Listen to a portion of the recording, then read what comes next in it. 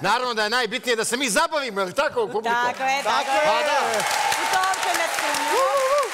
I'm gonna kiss myself, I'm so pretty. I'm too hot. Call the policeman and fireman. Ovo je ženski vokal. Ovako, ajmo samo da saberem uopće misli. Enis, ajmo krenuti od tebe. Jel još uvijek misliš da je to Marko Perković Thompson? Ja ne mislim više da on. Jedno čeka. Ja mislim da ovo je sladoled koji mora ići na WC. Mi se sviđa ova varijanta kad mi nešto kao pogađamo i to mi je stvorilo neku ovisnost. Recimo, sad naručivao sam picu i onda mi se javio neki lik. Ja kažem, nemoj govoriti ko je, to je Ivan, kao ne Marko, ja kažem, joj, falio sam. Da li postoji Ajkula Drakula kao neki crtani lik, jel postoji on već negdje? Jel napravljen nikada? Nema, ali mislim da upravo počinje postojati. Pa to kažem, to je fenomenalno, mislim da imamo sad takav lik. Imamo novog superheroja. Baltazar!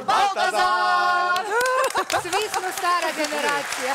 Da, ja prepoznajem tu baš par kontinenata, recimo. Na broj 2.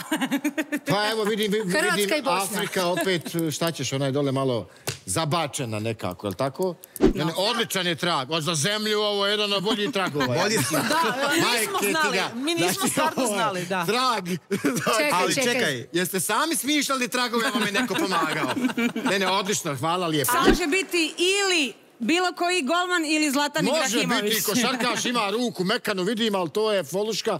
Pa neko mogu se malo potruditi, malo više teksta da stavi, razumiješ? Ne, bilo je teksta, Lajkula pojela. Popapala mac. Da li se smije baviti neko... Šara. Ne, da li se smije baviti neko ko je, recimo, mlađi ispod 18 godina? Da li smije biti Intilinić? Da li smije biti tu? Smije. Znaš, možda je neko ko je... Uz dozvolu roditelja. Tako je, barely legal. Koji je naš, više još dvojice škola. Blom šuput.